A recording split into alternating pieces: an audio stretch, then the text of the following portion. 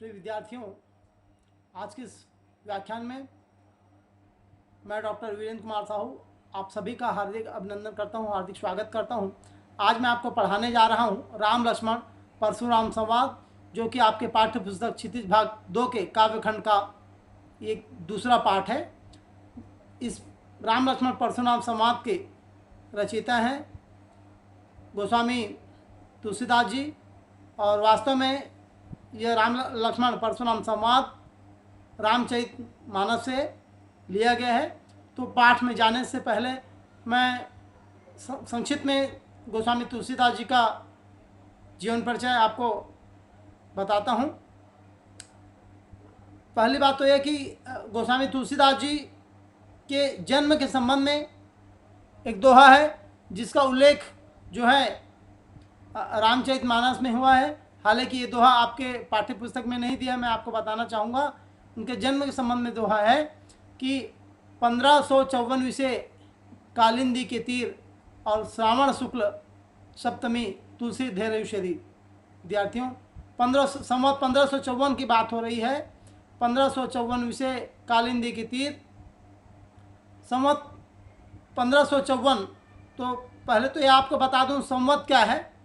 तो संवत जो है सन से 57 वर्ष अधिक होता है। जैसे अभी वर्तमान में सन 2020 चल रहा है, अगर इसका संवत निकालना हो तो 20 में 57 जोड़ देंगे, 57 जोड़ देंगे तो निकल आएगा 2070।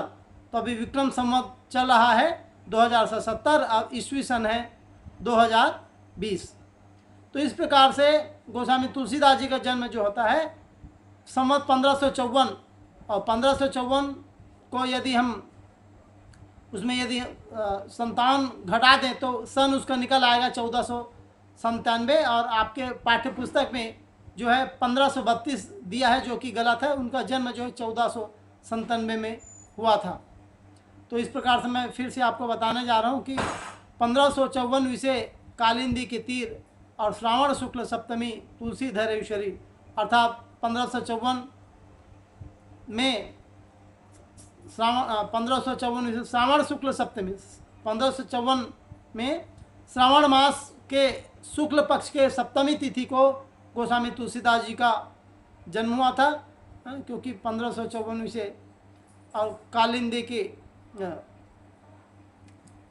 तीर, 1554 से कालिंदी के तीर और श्रावण शुक्ल सप्तमी तुलसी धैर्यशरी 1554 में, संवत 1554 में कालिंदी अर्थात कलिंद पर्वत से निकलने के कारण यमुना नदी को कालिंदी कहा। विद्यार्थियों ध्यान दीजिएगा, कलिंद पर्वत से निकलने के कारण यमुना नदी को कालिंदी कहा गया है। उसी का नाम कालिंदी है, जिसे हम यमुना नदी के नाम से जानते हैं। और श्रावण मास के शुक्ल पक्ष के सप्तमी तिथि को गोस्वामी तुलसीदास जी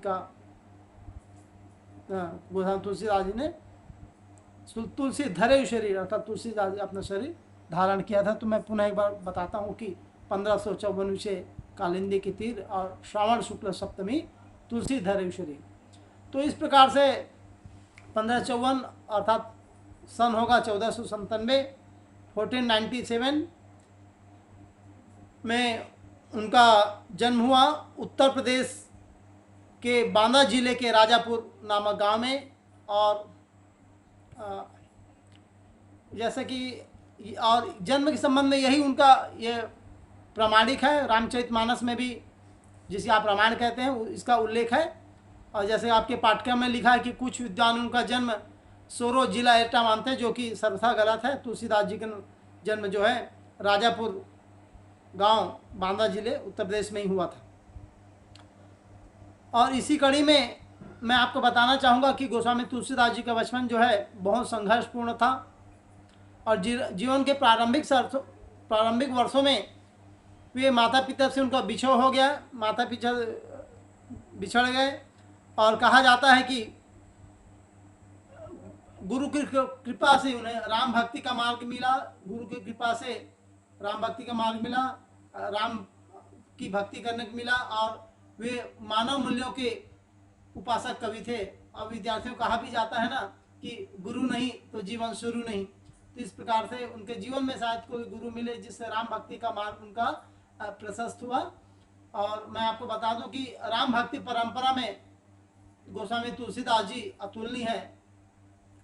और गोस्वामी तुलसीदास जी सगुण भक्ति धारा के राम भक्ति शाखा के कवि हैं। और ये क्या होता है कि हिंदी साहित्य में अगर हम जाएं तो हिंदी साहित्य को 4 भागों में बांटा जाता है। जैसे पहला है आदिकाल, जिसे वीर गाथा काल कहते हैं, फिर भक्ति काल, रीति काल, फिर आधुनिक काल। तो दूसरा जो होता है भक्ति काल, ये जितने सू तुलसी कबीर हुए हैं ये सब भक्ति काल के कवि हैं। और भक्ति काल को एक 2 प्रकार के, जैसे 2 संप्रदाय में 2 काव्य धाराओं में बांटा गया है। एक तो सगुण भक्ति धारा और एक है निर्गुण भक्ति धारा। और सगुण भक्ति धारा में भी राम काव्य, राम भक्ति शाखा और दूसरा कृष्ण भक्ति शाखा। उसी प्रकार से निर्गुण भक्ति धारा में ज्ञान मार्ग शाखा और प्रेम मार्ग शाखा। तो सगुण भक्ति धारा के राम भक्ति शाखा के सबसे प्रमुख कवि हैं गोस्वामी तुलसीदास जी, जिसका आपको उनकी रचनाओं का यहाँ पर उनकी रचना का अध्ययन करना है, जो कि रामचरितमानस से लिया गया है। तो मैं आपको बता दूं, राम भक्ति परंपरा में गोस्वामी तुलसीदास जी अतुलनीय, जिसकी तुलना दूसरे कवि से कभी नहीं की जा सकती, ऐसे उच्च कोटि के कवि हैं। और रामचरितमानस कवि के अनन्य राम भक्ति उसके सृजनात्मक कौशल का मनोरम उदाहरण है विद्यार्थियों। उनके राम मानवी अर्थात भगवान जो राम हैं, प्रभु श्री रामचंद्र जी हैं, वे तुलसी के जो राम हैं वो मानवीय मर्यादाओं और आदर्शों के प्रतीक हैं। कहा भी गया है मर्यादा पुरुषोत्तम श्री राम।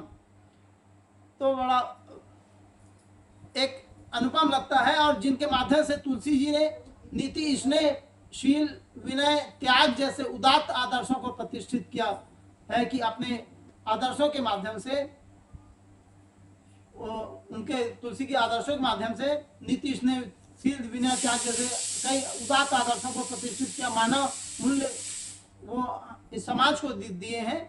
और रामचरितमानस उत्तरी भारत की जनता के बीच बहुत लोकप्रिय, उत्तर भारत ही क्यों पूरे भारत में और भारत में क्यों विश्व प्रसिद्ध हैं। और रामचरितमानस के अलावा गोस्वामी तुलसीदास जी ने कवितावली, गीतावली, दोहावली, कृष्ण गीतावली और विनय पत्रिका आदि उनकी प्रमुख उन्होंने रचनाएं की हैं। और अवधी और ब्रज भाषा पर गोस्वामी तुलसीदास जी का एक जबरदस्त अधिकार है, दोनों पर समान अधिकार लिखे हैं। और रामचरितमानस जो है अवधी भाषा में है, इस बात का आपको विशेष रूप से ध्यान रखना पड़ेगा। और सन 1623 में काशी में उनका निधन हुआ। इस दुनिया से वो विदा हो गए गोस्वामी तुलसीदास जी, एक अनुपम कृति इस संसार को दे करके। और उनके दोहा के संबंध में भी, उनके निधन के संबंध में एक दोहा है जो रामचरितमानस में, जिसका उल्लेख आपके पाठ्य पुस्तक में नहीं दिया, मैं आपको मुझे याद आ रहा है वो दोहा मैं आपको बताना चाहूँगा कि संवत 1680 अस्सी गंगा की तीर और श्रावण श्यामा तीज शनि तुलसी तेजो शरीर।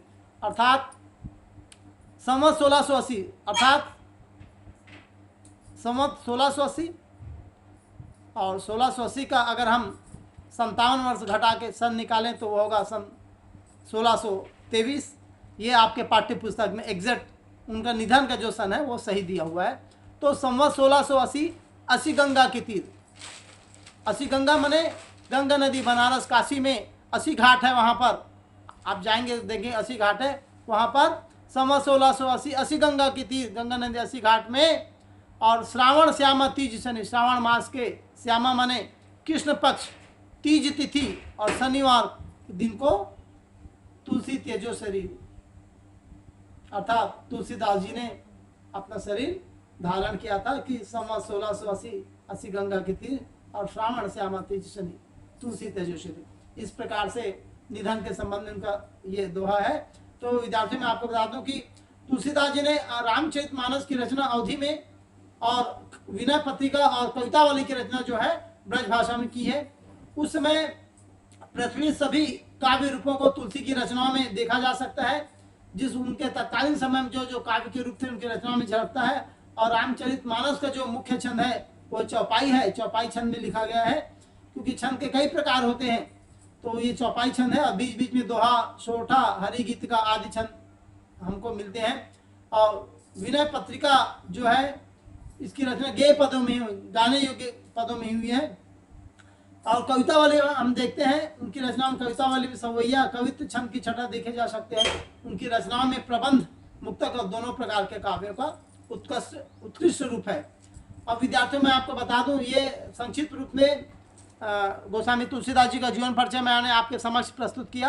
अब यहाँ पर जो आप लिया गया राम लक्ष्मण परशुराम संवाद, ये वास्तव में रामचरित मानस के बाल कांड से लिया गया। विद्यार्थियों, रामचरित मानस में जिसे आप रामायण कहते हैं, ये इसमें 7 अध्याय हैं और इसको कांड कहा गया है। बाल कांड माने पहला अध्याय जो है, तो अध्याय को ही कांड कहा गया। तो रामचरित मानस 7 अध्याय हैं, 7 कांड है। पहला मैं आपको बताना चाहूँगा बाल कांड, दूसरा है अयोध्या कांड, तीसरा है अरण्य कांड, चौथा है किष्किंधा कांड, पांचवा है सुंदर कांड जो वास्तव में बहुत सुंदर है, और छठवां है लंका कांड, और 7वां है उत्तर कांड। तो इस प्रकार से विद्यार्थी 7 कांड है, 7 अध्याय हैं। तो राम लक्ष्मण परशुराम संवाद जो है रामचरितमानस के बाल कांड से लिया गया है। बाल कांड में इसका उल्लेख है। और होता क्या है ये कि जब सीता का स्वयंवर होता है, क्योंकि सीता को जब स्वयं के द्वारा वर चुनना होता है तो वहाँ पे यही शर्त रखी जाती है कि जो भगवान के शिव को धनुष को तोड़ेगा वही जो है सीता का वर होगा। और उस सीता स्वयंवर में जो राम द्वारा भगवान शिव के धनुष को तोड़े जाने के बाद, धनुष को भंग किए जाने के बाद, अब परशुराम को जब यह समाचार मिलता है कि किसी ने धनुष तोड़ा है, राम ने वो धनुष तोड़ा है, तो क्रोधित होकर वहां पर आते हैं। और क्या होता है कि शिव के धनुष को टूटा हुआ देखकर, खंडित हुआ देखकर वो अपने आपे से, अपने नियंत्रण से बाहर हो जाते हैं और भगवान राम के विनय पूर्वक और विश्वामित्र के समझाने पर, क्योंकि विश्वामित्र भगवान राम और लक्ष्मण के गुरु हैं, और विश्वामित्र के समझाने पर और राम की शक्ति परीक्षा लेकर अंततः जो है परशुराम का गुस्सा शांत होता है। इस बीच जो राम लक्ष्मण और परशुराम के बीच जो बातचीत हुई है, जो संवाद हुआ है, उसी प्रसंग को आपके इस समय ये आपके पाठ्यपुस्तक में आपके पाठ्यक्रम के रूप में प्रस्तुत किया गया है। और परशुराम की क्रोध भरे वाक्यों का उत्तर जो है, परशुराम जो जब क्रोध करते हैं उनके हर वाक्यों का उत्तर जो है लक्ष्मण जो है एक तंज कैसे जैसे, एक व्यंग्य कैसे जैसे व्यंग्य वचनों से देते हैं। और इस प्रसंग की विशेषता यह है कि लक्ष्मण की जो वीर रस से पगी हुई, वीर रस से युक्त, वीर रस से मंजा हुआ एक ऐसा व्यंग्योक्तियाँ, व्यंजना शैली की सरस अभिव्यक्ति जो है हम आपके इस पाठ्यक्रम में देखेंगे। विद्यार्थियों, तो हम मैं अगले भाग में आपको सीधे आपके पाठ्य पुस्तक में ले चलूँगा और हम पढ़ेंगे राम लक्ष्मण परशुराम संवाद। तब तक के लिए बोले लखन सिया रामचंद्र की जय, पवन सुत हनुमान की जय।